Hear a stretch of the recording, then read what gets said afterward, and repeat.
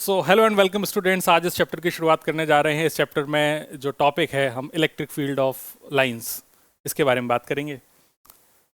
शुरू करते हैं।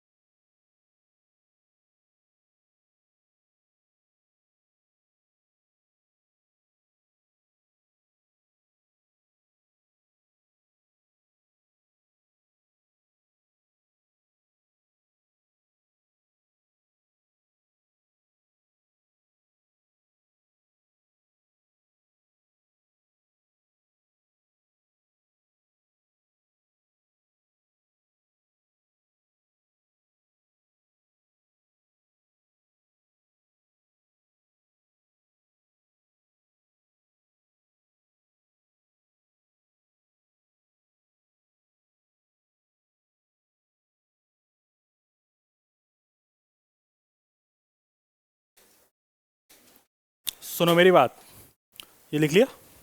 गुड, आगे बढ़ते हैं।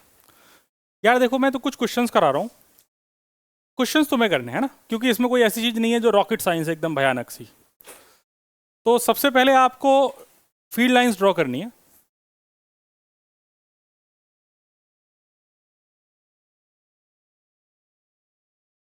ठीक है,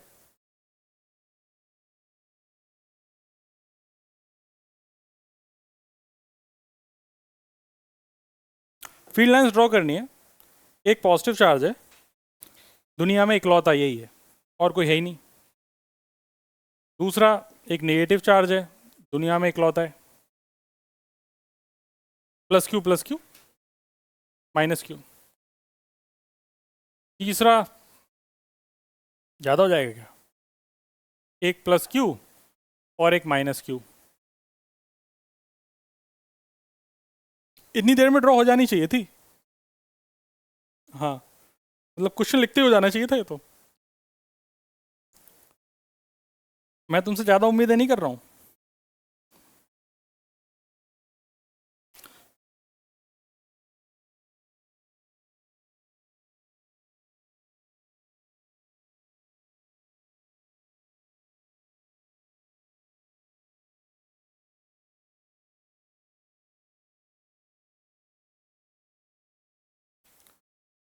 हाँ, तो हिचके सही है सबका, सोच तो यही होगा मन में। तो ऐसा थोड़ा अच्छा सा चित्र बना लेना। दूसरे वाले को देखो जरा। अच्छा, तुम्हें पता है जो क्वेश्चन तुमसे हो जाएगा वो तुम्हें करने नहीं दूंगा, मैं पहले ही कर दूंगा।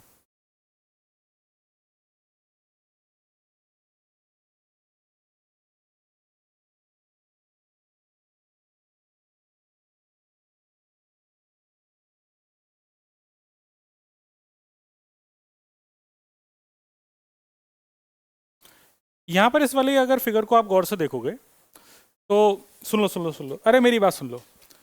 ये एक प्लस क्यू एक माइनस क्यू है।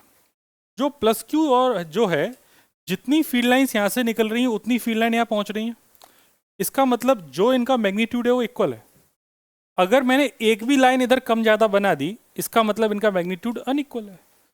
तो यहाँ पर अगर आप देखोगे तो 1 2 3 4 5 6 7 8, 1 2 3 4 5 6 7 8। सही बात है, छाप लेंगे। ये इधर इनके पंख निकाल, इस साइड। हाँ, ये इस साइड वाले पंख भी बनाने हैं, क्योंकि फील्ड तो सब जगह होगा ना पॉइंट चार्ज का। पॉजिटिव से दूर जाना है और नेगेटिव के, ये ऐसे कर्व नहीं है। ये वाले जो कर्व हैं नेगेटिव वाले, वो कैसे कर्व होगा?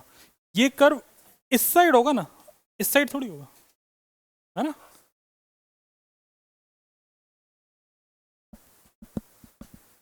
हाँ, ये उल्टा बना यार, ये बुरा मान गया। ये अब ठीक है।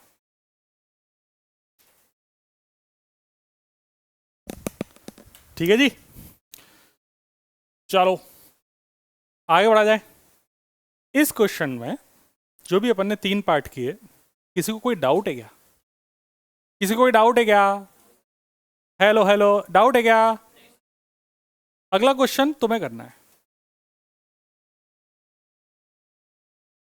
तुमने इतना अच्छे से बोला है डाउट नहीं है, डाउट नहीं है, तो इसी बात पे अगला प्रश्न आपकी स्क्रीन पर ये रहा।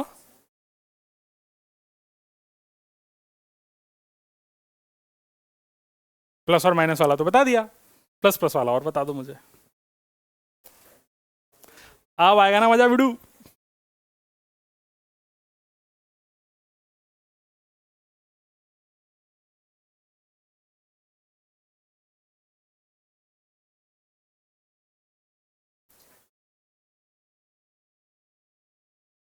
हाँ है, हाँ बनाओ, बिल्कुल सही बना रहे हो, बनाओ बनाओ। तो बना लिया जाए, आओ देखते हैं कैसे बनेगा आज के बाद। लेकिन अब इसको कभी गलत नहीं बनाओगे, ये भी पक्का है। ये दो चार्ज एक दूसरे को रिपेल करेंगे, अट्रैक्ट। तो इनकी फील्ड लाइंस भी ऐसी बननी चाहिए दूर दूर टाइप से। तो देख ये वाला तो इधर गया दूर, ये वाला इधर गया दूर, इसमें तो कोई समस्या नहीं। यहाँ वाली फील्ड लाइंस ऐसे एक दूसरे को रिपेल कर रही होंगी, और ये कोई भी शार्प कॉर्नर हो नहीं सकता इनमें, तो ऐसी होंगी।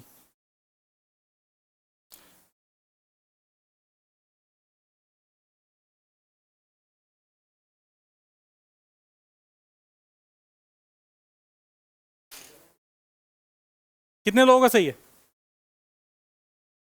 नाइस, ठीक। क्या ये लाइन कभी एक दूसरे को कट करेंगी? नहीं, ऐसे दूर दूर रहेंगी, दूर दूर जाएंगी। ये मकड़ी क्यों बना दी बेटा?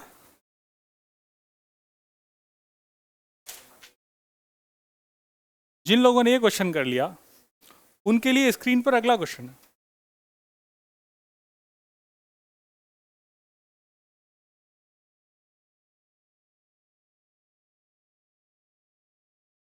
इसकी बनाओ।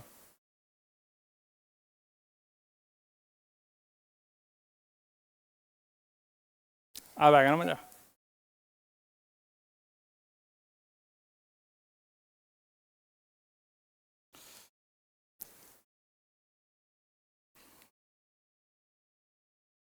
हे मेरे प्यारे कछुओं, आओ क्वेश्चन को देखा जाए। पहली बात, तीनों पॉजिटिव में तो रिपेल ही रिपेल मारेंगे। चलो, तो एक तो बात पक्की हो गई कि ये इधर गई, एक इधर गया, एक इधर गया।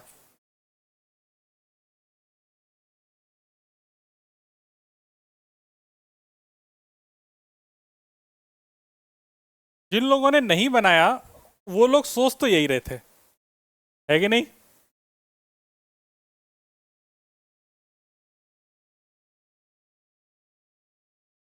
कितने लोगों का सही है? ठीक है, आपने मजाक मजाक में यही एडवांस का क्वेश्चन सॉल्व कर दिया है।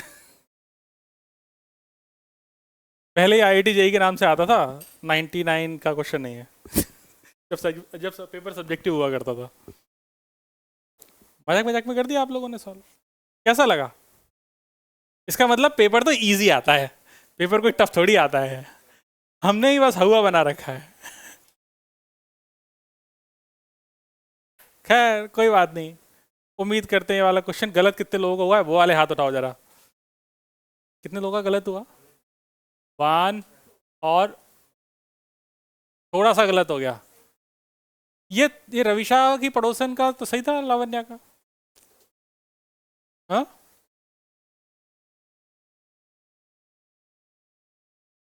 ठीक है जी।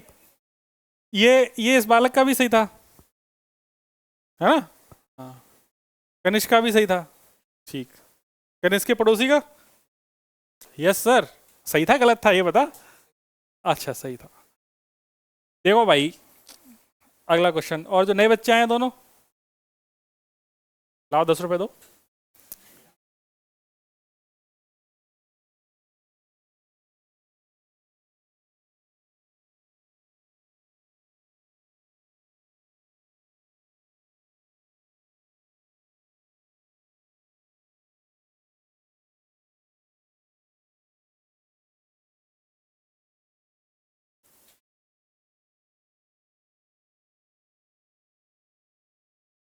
प्रश्न आपके सामने लिखा जा रहा है, आप लोगों को ही सॉल्व करना है, ठीक है?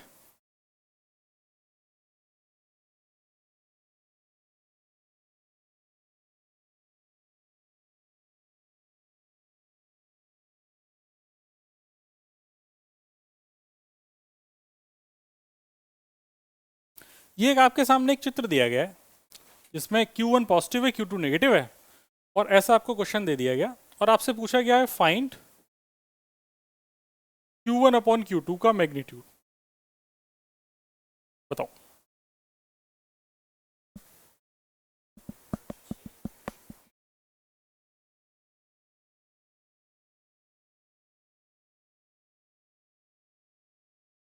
क्या लग रहा है? बिल्कुल बिल्कुल बिल्कुल, हमने ये देखा था ना Q प्रोपोर्शनल टू N, तो बस सीधा आंसर हो गया N1 बाई N2। इससे कितनी ओरिजिनेट हो रही हैं? 1 2 3 4 5 6, तो 6। और इधर कितनी हो रही है? 1 2 3 4 5 6 7 8, 6/8, मतलब रेशियो कितना हो गया? 3/4 कितना हो गया? 3/4। ये इजी क्वेश्चन था, है ना? ठीक, इसी बात पे पानी पी लिया जाए। छापो आप लोग। तो देखो भाई, अपन ने फील्ड लाइंस की सारी कहानी देख ली। उसके बाद ये क्वेश्चन है जो फील्ड लाइन का है, जो 1.7 ये बच्चा पूछ रहा था रोनित। ये क्वेश्चन आपके सामने है, इस क्वेश्चन को देखो गौर से। An electrostatic field line is a continuous curve, that is a field lines can not have sudden break. मतलब फील्ड लाइंस कभी भी डिसकंटिन्यूअस नहीं हो सकती, ऐसा ही कह रहा है। ये बात मैं आपको बता ही चुका हूँ कि फोर्स एक कंटिन्यूअस चीज है, इलेक्ट्रिक फील्ड एक कंटिन्यूअस चीज है, तो इनकी फील्ड लाइंस भी कभी ब्रेक नहीं हो सकती। दूसरा पॉइंट ये कह रहा है कि why two field lines can never cross each other. इसका भी एक्सप्लेनेशन मैं आपको दे चुका हूं। क्या? कि एक पॉइंट पर अगर इंटरसेक्ट करेगी तो दो फील्ड की डायरेक्शन पॉसिबल नहीं है। इसका आंसर भी मैंने लिख दिया है, क्योंकि मुझे पूरा भरोसा है कि तुम्हें अभी तक समझ में आ गया होगा। इसका आंसर पढ़ लो एक बार, आप पढ़ लो, पढ़ लो।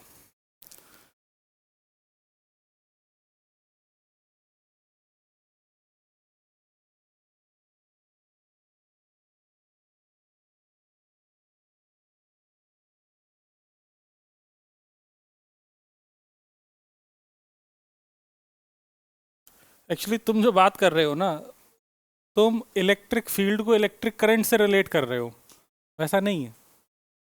जो रजिस्टर है वो इलेक्ट्रिक करंट को जाने से रोकता है, उसका अपोज करता है। इलेक्ट्रिक फील्ड का थोड़ी करता है। इलेक्ट्रिक फील्ड से रेजिस्टेंस को लेने देना ही नहीं है। वो रजिस्टर जो तुम पूछ रहे हो ना, वो रजिस्टर जब दूसरा चैप्टर पढ़ोगे, करंट इलेक्ट्रिसिटी, उसमें आएगा। हाँ भैया, पढ़ लिया? कोई डाउट? कोई डाउट? कोई समस्या पीछे मोहल्ले में? ठीक, इसका आंसर आप लिखना चाहेंगे? इसका आंसर आप लिखना चाहेंगे? फोटो खींचना चाहेंगे तो फोटो खींच लीजिए, है ना?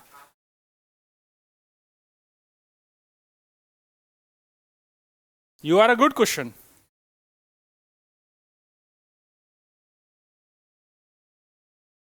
अबे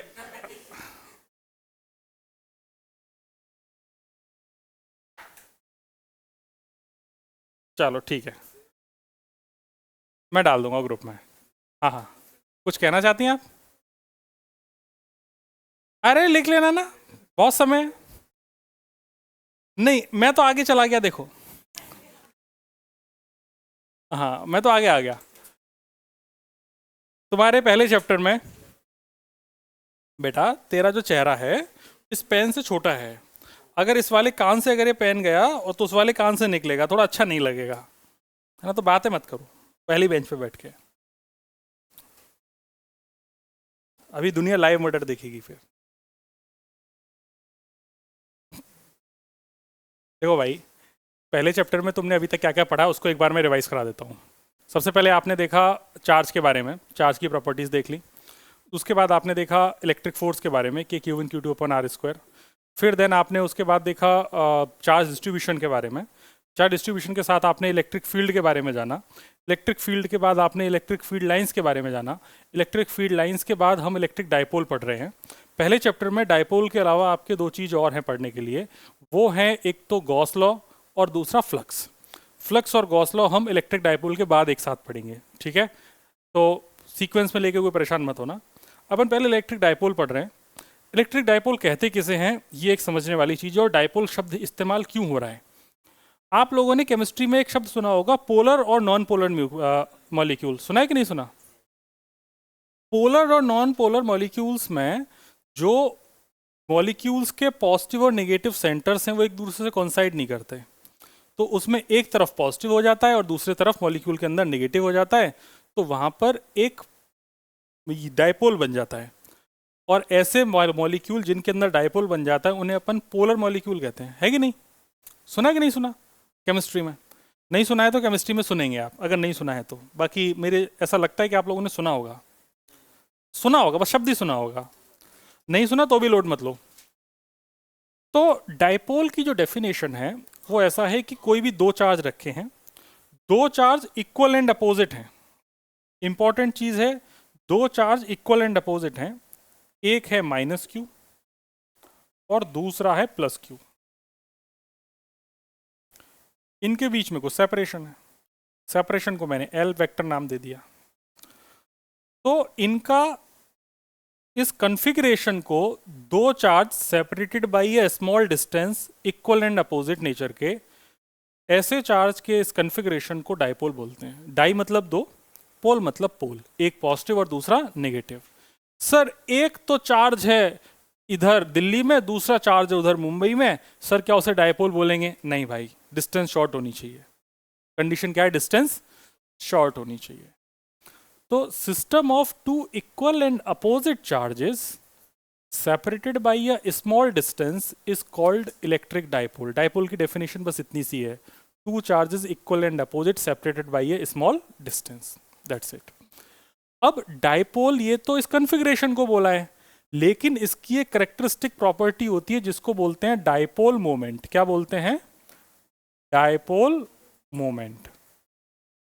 डाइपोल मोमेंट को रिप्रेजेंट किया जाता है पी वेक्टर से। किससे रिप्रेजेंट करते हैं? ये मोमेंटम नहीं है, है ना, मोमेंट है, तो पी वेक्टर है। पी वेक्टर ये होता है, कोई भी एक चार्ज ले लो, ध्यान रखना चार्ज का मैग्नीट्यूड लिया है क्यू, और इनटू एल वेक्टर। अब एल वेक्टर की अगर आप डायरेक्शन देखोगे तो एल वेक्टर की डायरेक्शन है from negative charge to positive charge. इतनी बात समझ में आ गई? तो फिजिक्स के लिहाज से डाइपोल का मतलब है दो चार्ज इक्वल अपोजिट नेचर के थोड़ी दूरी पर, उनकी एक प्रॉपर्टी है जिसे डाइपोल मोमेंट कहते हैं। पी वेक्टर बराबर होता है क्यू इंटू एल वेक्टर, और डायरेक्शन होगी हमेशा नेगेटिव से पॉजिटिव की तरफ। इतनी सी बात बस याद रखनी है। याद हो गई? तो फॉर्मूला बन गया P बराबर Q इंटू एल। कई जगह L की जगह 2A लिखा होगा, 2L लिखा होगा, जो लिखा है वो लिख देना, L की वैल्यू कुछ भी हो सकती है। अब बातें हैं भाई इसकी दूसरी कहानी पे। तो ये बात जो भी लिखी है मैंने तुम्हें समझा दी कि डाइपोल मोमेंट क्या होता है, कैरेक्टरिस्टिक प्रॉपर्टी है, और वैल्यू होती है Q into L. In a certain molecules the centres of positive and negative charges do not coincide, जो कि मैं आपको थोड़ी देर पहले अभी बता रहा था। This result in the formation of electric dipole. तो उससे इलेक्ट्रिक डाइपोल बनते हैं। मतलब मॉलिक्यूल में अगर पॉजिटिव और नेगेटिव सेंटर कोइंसाइड कर गए, मॉलिक्यूल, देखो मॉलिक्यूल एक बड़ी चीज है, हम एटम की बात नहीं कर रहे हैं, गौर से सुनना, हम एटम की बात नहीं कर रहे हैं, क्योंकि एटम में क्या है कि एक पॉजिटिव सेंटर पे पॉजिटिव है और नेगेटिव का चारों तरफ एक क्लाउड घूम रहा है, इलेक्ट्रॉन्स घूम रहे हैं।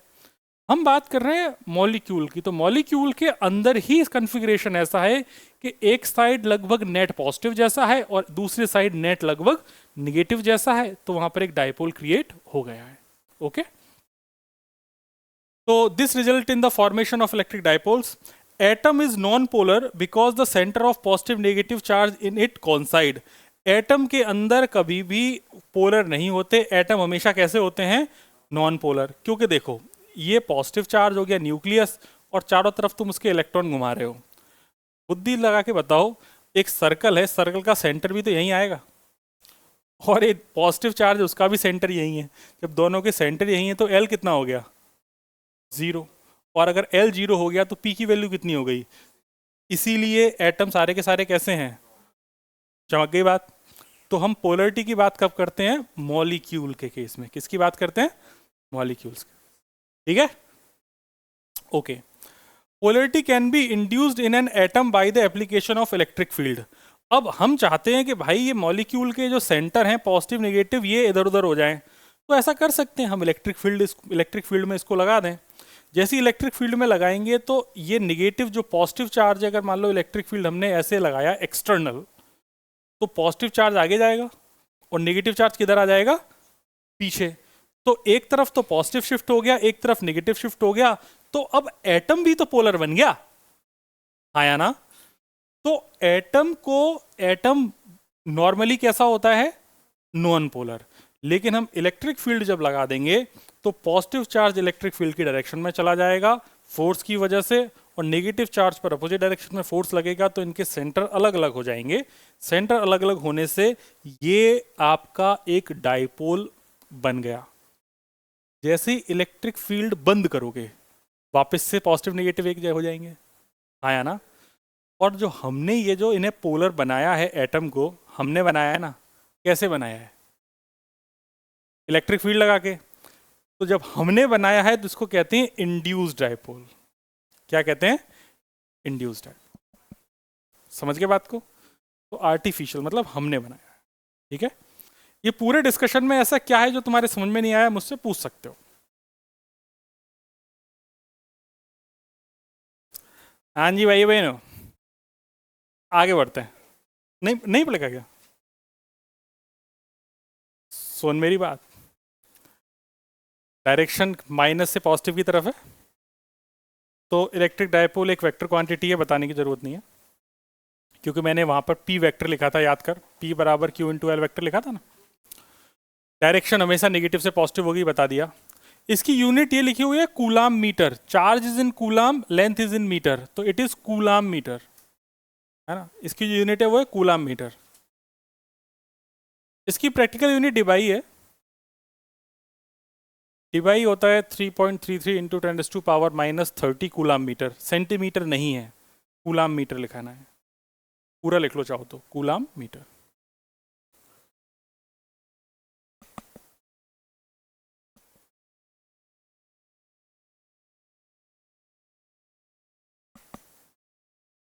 ठीक है दोस्त, इतनी बात समझ में आ गई? ओके। अब मुझे एक बात बताओ, जैसे कि आप लोग इससे तो वाकिफ हैं नंबर लाइन से, ये जीरो है ना।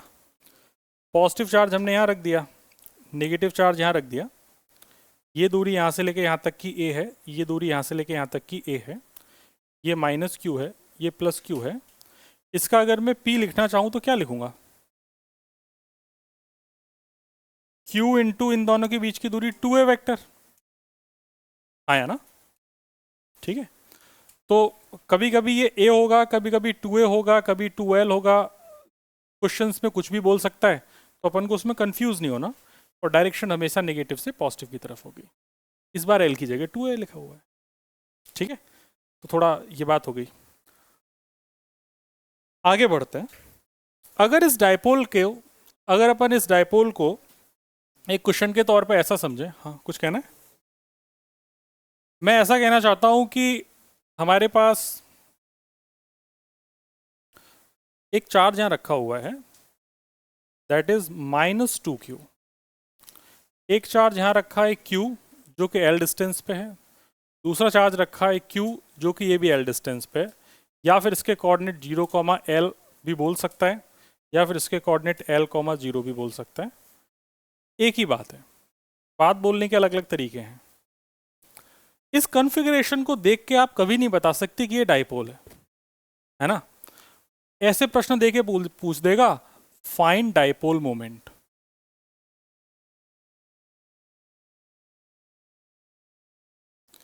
जैसे ही बेटा ये बोले फाइंड डाइपोल मोमेंट, इस तरीके के क्वेश्चन में खोजने की कोशिश करो कि क्या डाइपोल बन रहा है, तो ऐसे कभी नहीं दिखेगा डाइपोल। मैं सॉल्यूशन इसका इधर लिख रहा हूं। अगर इस -2q को मैं ऐसा लिख लूं, -q एंड -q, अभी भी है तो सिस्टम पूरा ओरिजिन पे। इधर अपने पास +q है और इधर भी अपने पास क्या है? +q। तो एक डायपोल -q के साथ इसका बन जाएगा और एक डायपोल -q का इसके साथ बन जाएगा। कैसा लग रहा है ये दिखने में? सही लग रहा है?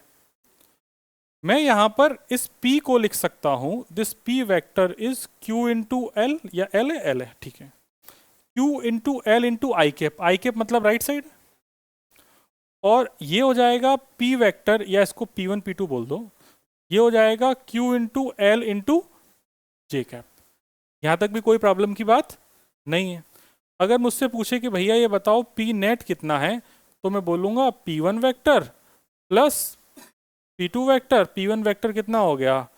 ql आई कैप प्लस ql जे कैप। सो ये हो गया ql प्लस ql, मतलब ql कॉमन ले लो तो अंदर बच गया आई कैप प्लस जे कैप। अगर इसका मैग्नीट्यूड मुझे निकालने को बोल दे कि मैग्नीट्यूड बता दो, तो ये √1² प्लस 1²। आप लोगों को ये पता होगा कि a i cap plus b j cap का जो मैग्नीट्यूड होता है वो होता है under root a square plus, तो यहां पर ये हो जाएगा √2q/L। समझ गए बात को? आसान है। इसको डायरेक्टली भी सोच सकते थे, यहां पर भी p है मैग्नीट्यूड, यहां पर भी p है, p और p का वेक्टर कितना हो जाएगा √2p। ठीक है ना? तो ऐसा क्वेश्चन अगर आ जाए तो आप सोच पाएंगे? मतलब यही आएगा, आएगा तो इसके अलावा और क्या आएगा? आया ना? आएगा तो यही आएगा अगर 90 डिग्री पे आएगा, वरना नहीं आएगा। आप लोग छाप सकते हैं क्या? तो अगला क्वेश्चन है, अगला टॉपिक ऐसा है कि अगर डायपोल मोमेंट को हमें किसी एक डायपोल को हम किसी एक्सटर्नल इलेक्ट्रिक फील्ड में रख दें तो डायपोल मोमेंट के साथ आखिर होगा क्या? तो जिससे आप लोगों ने इसे यूनिफॉर्म इलेक्ट्रिक फील्ड में रख दिया, तो यूनिफॉर्म इलेक्ट्रिक फील्ड में रखने पे इस तरीके की जो फील्ड लाइंस हैं ये यूनिफॉर्म फील्ड को रिप्रेजेंट कर रही हैं, क्योंकि इन सबकी दूरी बीच में बराबर है और सभी एक दूसरे के पैरेलल हैं। अपन ने ई इलेक्ट्रिक फील्ड को रख दिया, यहाँ पर एक डायपोल रखा हुआ है जिसमें ये माइनस चार्ज है, ये प्लस चार्ज है, जिसका ये जो हॉरिजॉन्टल है या फील्ड लाइन है, फील्ड से डायरेक्शन थीटा है, तो पी की डायरेक्शन ऐसी होगी, जहाँ पर ये वाला पॉइंट माइनस क्यू है, ये वाला पॉइंट प्लस क्यू है। इस तरीके के डिस्कशन में हमसे इसने फोर्स और टॉर्क पूछा है। बोर्ड पे नज़र बना के रखना, एक बार में समझोगे, एक बार में। एक्सटर्नल इलेक्ट्रिक फील्ड में जब किसी भी चार्ज को रखा जाता है तो उस पर लगने वाला फोर्स होता है Q/E। हाँ या ना? ठीक। जैसे ही इस पॉजिटिव चार्ज को इलेक्ट्रिक फील्ड में रखा तो इस पर जो फोर्स लगेगा वो इधर लगेगा और फोर्स होगा Q/E मैग्नीट्यूड में। सही बात है? जैसे ही मैंने इस वाले को इलेक्ट्रिक फील्ड में रखा तो इस पर जो फोर्स लगेगा वो पीछे की तरफ लगेगा, जो कि हो जाएगा Q/E मैग्नीट्यूड में, डायरेक्शन किधर होगी? पीछे। इतनी बात समझ में आ गई? मैंने सिर्फ मैग्नीट्यूड ही लिखे हैं। अगर मैंने मैग्नीट्यूड लिखे हैं और अब मैं आपसे पूछूं कि बेटा इस पर नेट फोर्स बता, F नेट ऑन डायपोल, तो आप कहोगे सर इस पर अगर नेट फोर्स लिखना है तो लिखा जाएगा sir QE cap minus QE cap. सही बात है? राइट साइड है तो प्लस आई और लेफ्ट साइड है तो माइनस आई, तो नेट कितना हो गया? 0। तो मेरे लिए एक स्टेटमेंट बन गया ये कि अगर यूनिफॉर्म इलेक्ट्रिक फील्ड में किसी भी डायपोल को रखा जाएगा तो उस पर नेट फोर्स हमेशा कितना होगा? लिखो, force on dipole in uniform electric field is always 0. Force on dipole in uniform electric field, force on dipole on uniform electric field is always 0. Is always 0. ठीक है? अब दूसरी बात मैंने लिख रखी है टॉर्क की। अब टॉर्क के बारे में गेम खेलते हैं। टॉर्क क्या कह रहा है? तो आप लोगों ने कपल सुना है? कपल क्या होता है? कपल, भाई गजब मुस्कान आ रही लोगों के चेहरे पे। भाई मैं फोर्स कपल की बात कर रहा हूं। अरे यार, अरे वो नहीं जबरदस्ती बने हैं भाई, मतलब फोर्स के जो कपल होते हैं उनकी बात हो रही है। तो फोर्स कपल की वजह से जो टॉर्क लगता है वो टॉर्क कितना होता है? R परपेंडिकुलर इंटू एफ होता है कि नहीं होता? अरे हाँ या ना यार, तुम्हें याद है कि नहीं? पक्का? अब बोर्ड पे देखो, अगर उसकी वजह से दो force equal in magnitude opposite in direction एक r डिस्टेंस पर है परपेंडिकुलर, तो उन पर टॉर्क लगने वाला होता है R परपेंडिकुलर इंटू एफ। सही बात है? जिनको नहीं पता है वो अपने 11th में जाके नोट्स देखें या क्लास के बाद मुझे मिले। मारूंगा नहीं। हाँ। अगर ये लेंथ L है, ये एंगल थीटा है, तो ये डिस्टेंस L साइन थीटा होगी और ये वाली डिस्टेंस L कॉस थीटा होगी। इसमें कोई डाउट? तो इन दोनों के लाइन ऑफ एक्शन के बीच में जो डिस्टेंस है ये R परपेंडिकुलर हुई कि नहीं हुई? तो इस पर जो टॉर्क लगेगा वो टॉर्क होता है R परपेंडिकुलर इंटू एफ, और R परपेंडिकुलर की वैल्यू मेरे पास कितनी हो गई? L साइन थीटा और फोर्स कितना है इस पे, Q इंटू ई। ठीक है, तो इसको मैं ऐसे भी तो लिख सकता हूं, टॉर्क बराबर Q L E into sine theta. आया ना? और थोड़ी समझदारी दिखाऊं तो Q इंटू एल तो किसके बराबर है, P के। आया ना? अरे P बराबर Q इंटू एल ही तो है। इन दोनों के बीच की दूरी कितनी है, L, और चार्ज कितना है, Q। तो ये हो जाएगा P ई साइन थीटा। ये हो गया टॉर्क। और इसी टॉर्क को आप दूसरे तरीके से भी लिख सकते हैं, जो कि मैं यहीं पे लिख देता हूं। टॉर्क वेक्टर बराबर P vector cross E vector. ठीक है, तो ये इंपॉर्टेंट फॉर्मूला है, अपने को रट्टा मार लेना है और बाकी लोगों को छाप लेना है। टॉर्क बराबर P क्रॉस E या PE साइन थीटा। देखो, electric field due to dipole ये एक इंपॉर्टेंट टॉपिक है डेरिवेशन के लिहाज से बोर्ड में। ठीक है, तो अपन इसको आराम से रट्टा मारेंगे। ठीक, लेकिन रट्टा मारने से पहले समझना जरूरी है, क्योंकि समझ में नहीं आएगा तो रट्टा मार के करोगे क्या। तो पहले समझेंगे और फिर समझ में आ जाएगा तो रट्टा मारने की जरूरत पड़ेगी नहीं। तुम्हारे सामने जीवन में कुछ चीजें होने वाली हैं अभी, और बहुत आसान है।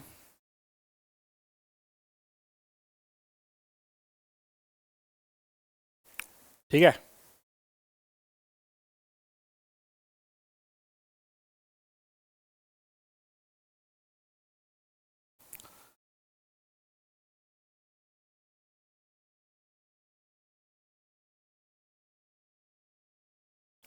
बेटा बहुत आराम से सुनना, बहुत आराम से सुनना। लिखने के लिए मैं पहले पूरा लिखा दूंगा, फिर पूरा मौका दूंगा, या फोटो खींच के मैं ग्रुप में डाल दूंगा। पहला काम है समझना, तो लिखना बंद करो, समझने पे ध्यान देंगे।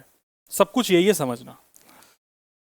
जब भी ऐसा कन्फिग्रेशन दिखे तो माइनस और प्लस के साथ ही डायपोल तो साथ साथ आपको दिख ही रहा है। ये दूरी a है, ये दूरी भी a है, तो यहां पर जो डायपोल मोमेंट का मैग्नीट्यूड है वो Q इंटू 2a है। इसमें कोई डाउट है क्या तुमको? ठीक, तुम्हारे जीवन में जो दर्द देगा वो अभी थोड़ी देर में शुरू हो रहा है। यहां पर दो पॉइंट की बात होगी। एक पॉइंट तो होगा ये एक्सिस पर, ये डायपोल है तो ये इसकी एक्सिस हो गई, तो ये पॉइंट हो गया एक्सियल पॉइंट। और एक पॉइंट है जो इनका जो इंटरसेक्शन है ओरिजिन इससे इधर ऊपर की तरफ है, इसको कहते हैं इक्वेटोरियल पॉइंट। तो तुम्हारे लिए कितने पॉइंट हो गए? दो, एक इक्वेटोरियल और दूसरा एक्सियल। इन दोनों पर ही इलेक्ट्रिक फील्ड और इन दोनों पर ही पोटेंशियल पूछता है। अभी हमने कुछ दिन पहले इलेक्ट्रिक फील्ड पढ़ा है, तो हम इलेक्ट्रिक फील्ड निकाल रहे हैं। अभी जब पोटेंशियल पढ़ लेंगे तो पोटेंशियल निकालेंगे।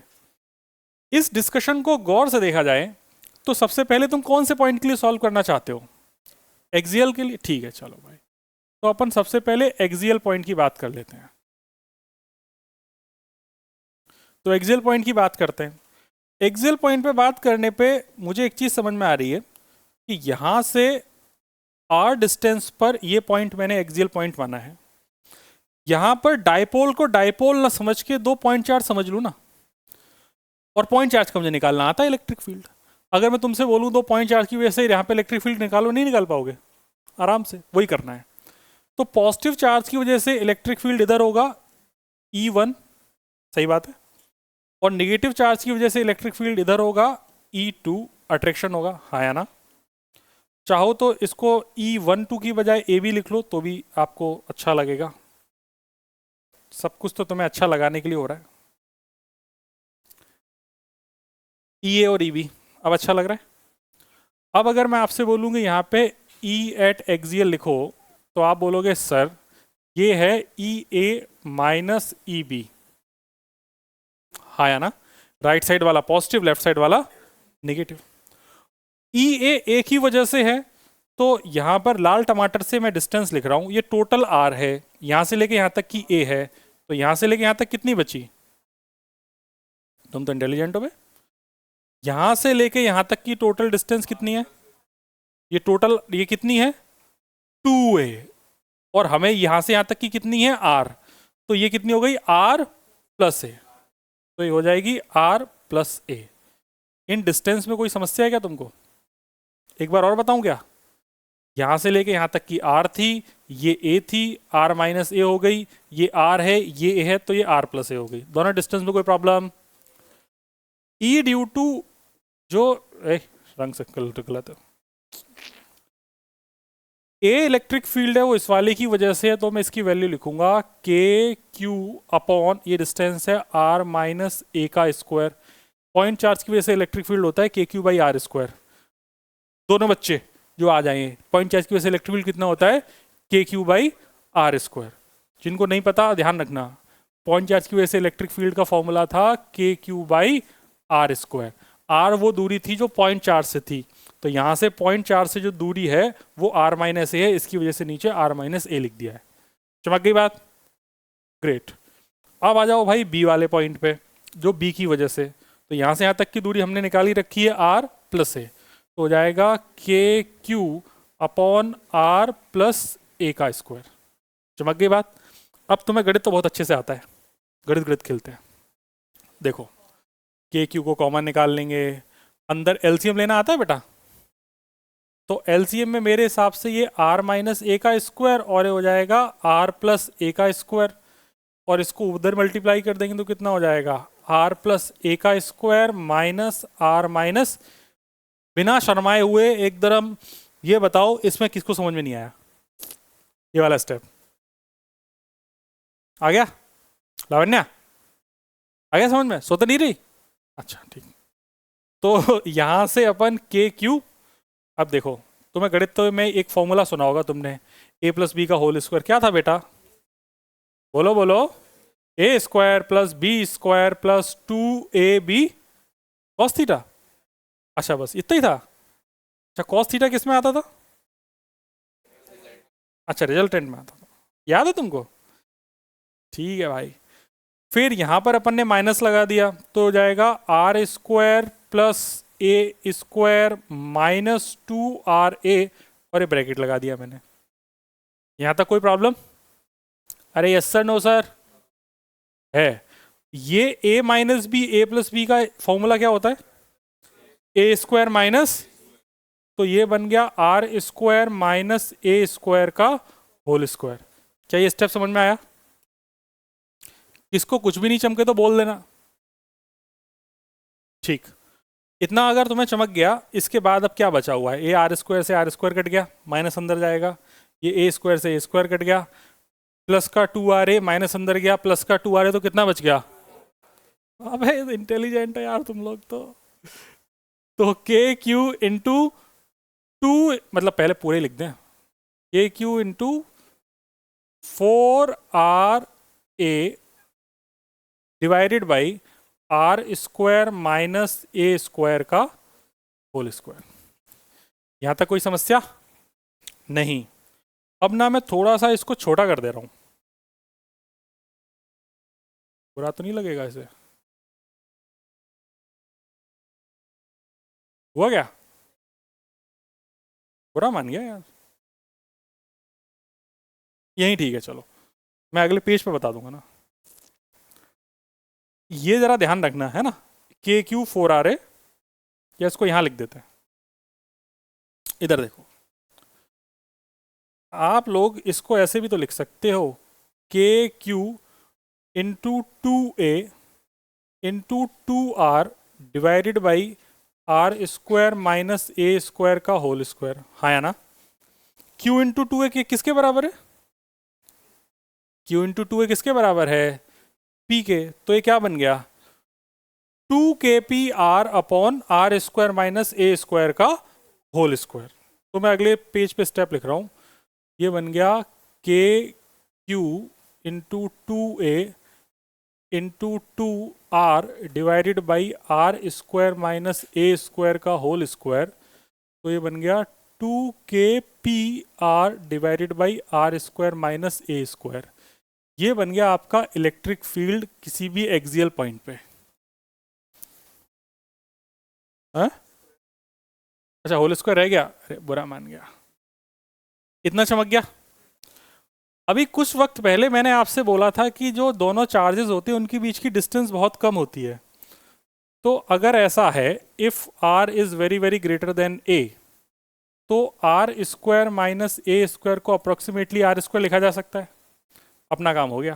तो E बराबर हो जाएगा 2kpr अपॉन आर स्क्वायर का होल स्क्वायर, मतलब 2kpr अपॉन आर की पावर 4, मतलब यहां से इलेक्ट्रिक फील्ड आ जाएगा 2kp बाई आर क्यूब। ये कौन से पॉइंट पर है? ये कब है? When r is greater than a. तो ये दोनों ही फॉर्मूले काम के हैं। डेरिवेशन जब भी पूछा जाएगा तो आपको पूरा करना है यहां तक, ठीक है। और डेरिवेशन कितना आसान है, दो चार्ज की वजह से इलेक्ट्रिक फील्ड लिखना है बस। और अज्यूम क्या करना है कि इन दोनों के जो बीच की दूरी है वो कितनी है, ए और ए, या एल और एल, जो भी माननी है। रुको मेरी बात अभी खत्म नहीं हुई है। हाँ, रुको मेरी बात अभी खत्म नहीं हुई है। जरा बुद्धि से सोच के बताओ कि ए और बी में पास में कौन है इस पॉइंट के? ए है। तो जिसकी दूरी कम उसका 1/r² होता है, इसका मतलब उसका फील्ड ज़्यादा। तो ई ए और ई बी में किसका फील्ड ज़्यादा होगा? तो इसका मतलब यहाँ पे जो नेट होगा वो किधर होगा, राइट साइड या लेफ्ट साइड? ठीक, समझ गए बात को। तो अगर डायरेक्शन मुझे बनानी है तो किधर हो जाएगी, direction in plus x direction. चमक गई बात। अब दूसरा पॉइंट, दोनों एक साथ समझो वरना मजा नहीं आएगा। दूसरा पॉइंट ऐसा है, इसको किसका लेते हैं, नीचे आओ तुम। और दूसरा पॉइंट ये, और दूसरा केस हम बात कर रहे हैं इक्विटोरियल की, ठीक है। यहां पर एक पॉइंट था, एक पॉइंट यहां पर था, ये माइनस क्यू था, ये प्लस क्यू था, और जो हमारा जो पॉइंट था जो हमें पता करना था वो पॉइंट P या इक्विटोरियल पॉइंट वो ये है। या पॉइंट का कुछ और नाम दे देते हैं, M नाम दे दो।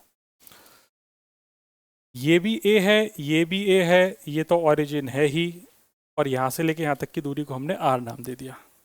बोर्ड पे नज़र बना के रखना बेटा, है ना, क्योंकि बस अब ये वाला ख़त्म कर रहे हैं अभी। 1 2 1 2, ठीक है, डन। आओ शुरुआत करें इस क्वेश्चन की। इस क्वेश्चन में गेम ऐसा है कि ये R है, ये A है, तो ये डिस्टेंस अपने बच्चे सब बोल देंगे, ये हो जाएगी सर R² प्लस A²। कौन सी थ्योरम? सिमिलरली ये वाली भी कितनी हो जाएगी, R² प्लस A²। ये भी R A, तो ये R² प्लस A²। यहां तक कोई डाउट किसी को? नहीं। ये लिखने में मत मशगूल रहे, लिखने के लिए बहुत समय है जीवन में। अब थोड़ी सी बुद्धि लगाओ, अगर ये एंगल थीटा है तो ये एंगल भी थीटा होगा। अगर ये एंगल थीटा है, क्या हो गया? पानी वानी चाहिए? पानी दो भाई, ये बोतल नीचे रखी है तेरे पास। ये एंगल भी थीटा रहेगा क्योंकि ये A है, ये R है, ये R है, ये A है, तो ये एंगल भी थीटा रहेगा। ये थीटा है तो ये भी थीटा, ये थीटा है तो इसके अपोजिट है तो ये भी थीटा। क्या थीटा में कोई समस्या तुम्हें? नहीं। ये वाला प्लस Q इधर रिपेल करेगा इस पॉइंट पे, तो जो इलेक्ट्रिक फील्ड की डायरेक्शन होगी वो इधर होगी। ये दूरी बराबर है, चार्ज भी सेम है, तो इसका नाम E और इसका भी नाम E ही रहेगा। इन दोनों में कोई डाउट है क्या तुम्हें? ये वाले ने इस पॉइंट पे अवे और निगेटिव की वजह से टुवर्ड्स, दोनों इलेक्ट्रिक फील्ड क्लियर, आया ना? इन दोनों के मैं कंपोनेंट कर रहा हूं उसी अलग रंग से। जैसे E का ये वाला कंपोनेंट हो जाएगा E साइन थीटा, और ये वाला कंपोनेंट हो जाएगा E, परफेक्ट, शाबाश। सिमिलरली E का ये वाला कंपोनेंट हो जाएगा E, अच्छा cos theta, E cos theta, और ये वाला कंपोनेंट हो जाएगा E, बहुत ही बढ़िया। क्या E साइन थीटा एक दूसरे को नहीं काट रहे हैं? तो ये तो मर गए। तो आपके पास जो भी E इक्विटोरियल निकल के आया, वो E इक्विटोरियल में आप गौर से देखो तो सिर्फ 2E कॉस थीटा नहीं है, आया ना? और इसकी जो डायरेक्शन है वो डायरेक्शन जो तुम्हारा इधर किसकी डायरेक्शन थी, पी वेक्टर की, हाँ या ना? तो इसकी डायरेक्शन पी वेक्टर के अपोजिट है कि नहीं है? सही बात है। तो डायरेक्शन की बात तो मैं बाद में कर लूंगा, पहले बाकी गेम खेलते हैं।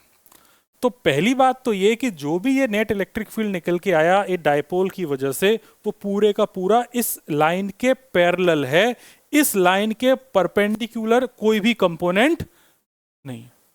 समझ गए बात को? क्योंकि नेट कितना हो गया वाई डायरेक्शन में, 0। इतना क्लियर है वैष्णव?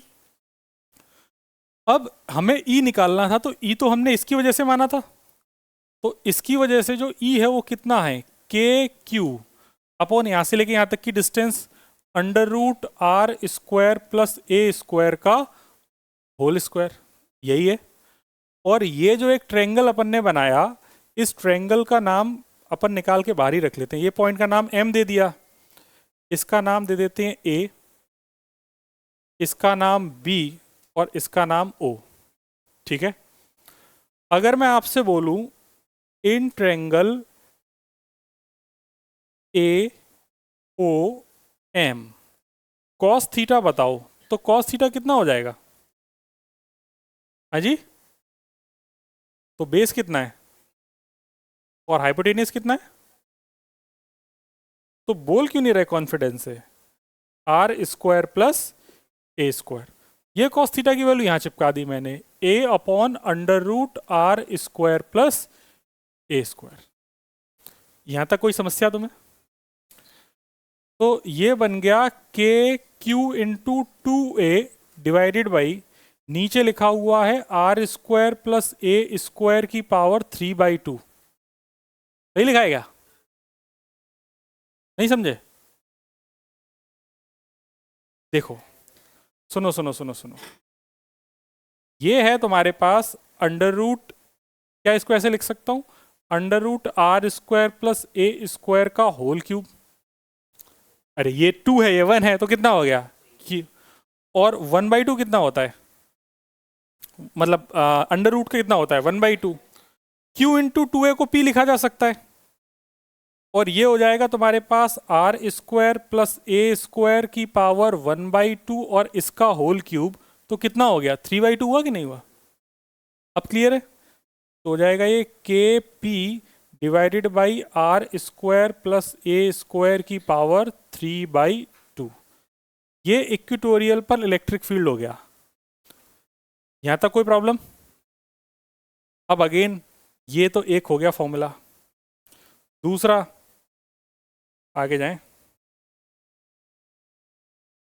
तो ई इक्वेटोरियल अपन ने निकाल लिया, K P divided by R square plus A square की पावर 3/2।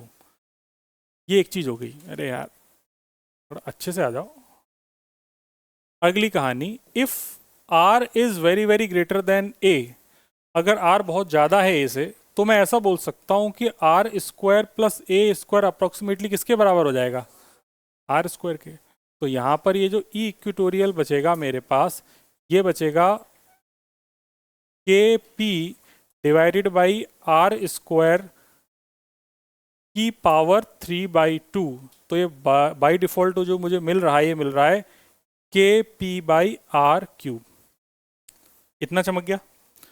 और डायरेक्शन की बात करेंगे तो direction is opposite to P vector. ठीक है।